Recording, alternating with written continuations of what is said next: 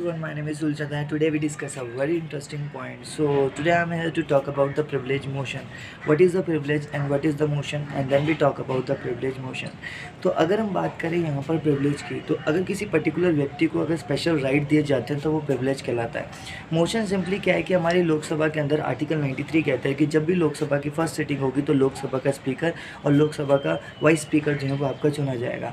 तो लोकसभा का स्पीकर जो है वो उसके पास ये राइट होता है, वो किसी भी व्यक्ति को अगर बोलना है तो उसके लिए वो पहले मोशन पास कराएगा कि मुझे इस चीज़ पर डिस्कशन करना है, और लोकसभा का स्पीकर के पास राइट है कि वो उसके तहत उसको राइट प्रोवाइड कराएगा कि ठीक है, अब आपने मोशन पास कराया, अब आपके पास राइट है कि आप कोई भी यानी जिस टॉपिक पर आपने मोशन पास कराया उस पर आप डिस्कशन कर सकते हो।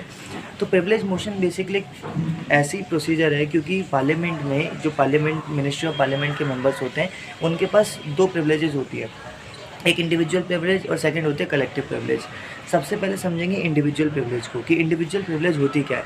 अगर हम इंडिविजुअल प्रिविलेज की बात करें तो इंडिविजुअल प्रिविलेज मतलब कोई भी मिनिस्ट्री ऑफ पार्लियामेंट यानी कोई भी आपका लोकसभा का मेंबर है तो उसके पास ये राइट है, उसके पास ये प्रिविलेज है कि अगर 40 दिन पहले और 40 दिन बाद तक आप उस पर कोई सिविल केस नहीं लगा सकते या सिविल केस फाइल नहीं कर सकते। हाँ, क्रिमिनल मामले फाइल किए जा सकते हैं लेकिन कोई भी सिविल केस जो है वो उसके अगेंस्ट फाइल नहीं किया जा सकता। ये उसके पास प्रिविलेज है। सेकंड प्रिविलेज ये है कि वो पार्लियामेंट में कुछ भी बोल सकता है, ठीक है, और उसको जो है वो आप क्लेम नहीं कर सकते। तो पार्लियामेंट में जो भी वो बोल रहा है उसको आप क्लेम नहीं करोगे, ठीक है, उसको जुडिशरी में क्लेम नहीं कर सकते। जो भी आपने पार्लियामेंट को बोला है, पार्लियामेंट में बोला है, उसे जुडिशरी में आप क्लेम नहीं कर सकते। हाँ, पार्लियामेंट चाहे तो उसके ऊपर एक्शन ले सकती है जो लोकसभा का स्पीकर है, लेकिन बाकी आप जुडिशरी में उसके वर्ड्स को क्लेम नहीं कर सकते। ये उसके पास प्रिविलेज है। उसके बाद चलते हैं कलेक्टिव प्रिविलेज को लेकर, क्योंकि जो प्रिविलेज मोशन निकल के आएगा वो कलेक्टिव प्रिविलेज से निकल के आएगा, क्योंकि यहाँ पर पार्लियामेंट के पास राइट है, लोकसभा राज्यसभा दोनों के पास राइट है कि वो यहाँ पर क्या कर सकती हैं। वो उनके पास ये प्रिविलेज है कि वो ज़रूरी नहीं है कि जो भी आपका वो सिटिंग कर रही है, लोकसभा की राज्यसभा की सिटिंग हो रही है, तो ज़रूरी नहीं है कि वो संसद टीवी पर दिखाएं, क्योंकि बेसिकली वो संसद टीवी पर दिखाया जाता है ताकि पब्लिक भी उनके डिस्कशन को सुन सके। लेकिन पहले क्या होता था, पहले इनके लिए अलग अलग था। 2011 में लोकसभा टीवी, राज्यसभा टीवी, और उसके बाद ये किस में आया, उसके बाद 2020 में मिलने के बाद ये बन गया संसद टीवी।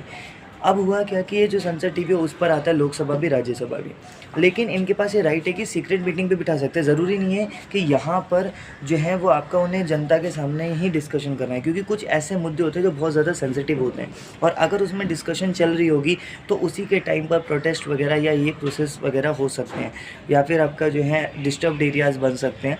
तो इसी वजह से क्या होगा कि इनके पास राइट है कि अपनी जो सिटिंग्स हैं वो आपका सीक्रेटली भी बिठा सकते हैं।